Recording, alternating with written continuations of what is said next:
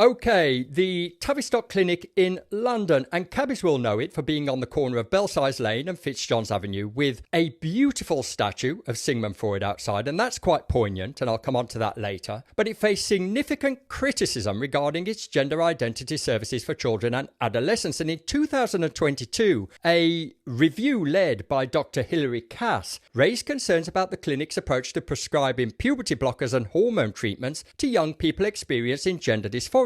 Gender dysphoria being the medical term they use for people struggling with their identity. And the review highlighted issues related to the clinic's practices, lack of robust evidence for treatment pathways, and the need for a more comprehensive approach to care. As a result of these findings, the NHS decided to close the Tavistock's Gender Identity Development Service and transition to a new model of care. And the decision was part of a broader conversation about the treatment of gender dysphoria in minors. Now, you may ask, why am I bringing this up now? Well, my concern is twofold. As a gay man, I am genuinely concerned about the well-being of young people who may feel pressured to conform to certain gender identities, who, given time, might just end up being gay. And you might wonder what evidence supports my concerns. Well, this is an article on gender dysphoria in adolescence. The findings indicate that about 80% of children who qualify for gender dysphoria clinics experience a significant reduction in their dysphoria during puberty. In fact, many of these adolescents ultimately identify as non-heterosexual, i.e. gay.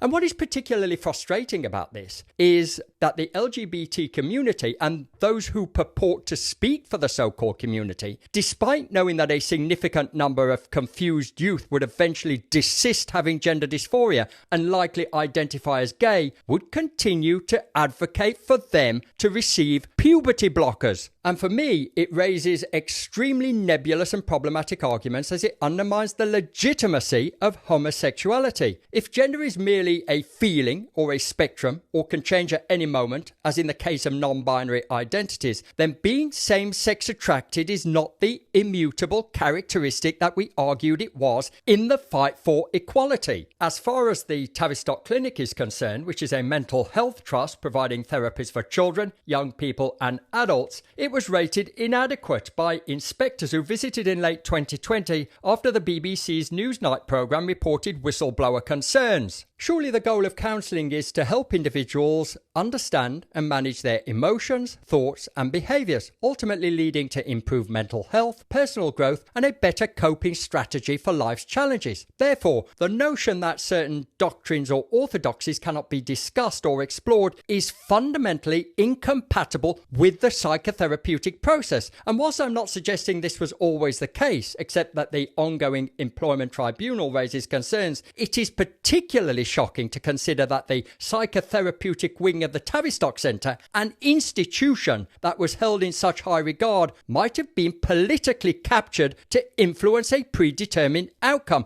especially when it comes to children. And if that is the case, and I'm choosing my words carefully here, but if that is the case, what is the difference with that and the religiously driven conversion therapy, which is rightly and widely condemned by those in the psychotherapeutic industry? Ultimately, though, if we care about gay rights in this country, why aren't the progressive political parties such as the Green Party more concerned about the bodily autonomy being taken away from these young gay kids who cannot consent to these procedures? The gay community and the liberal Klingons are literally eating their own under the guise of being inclusive.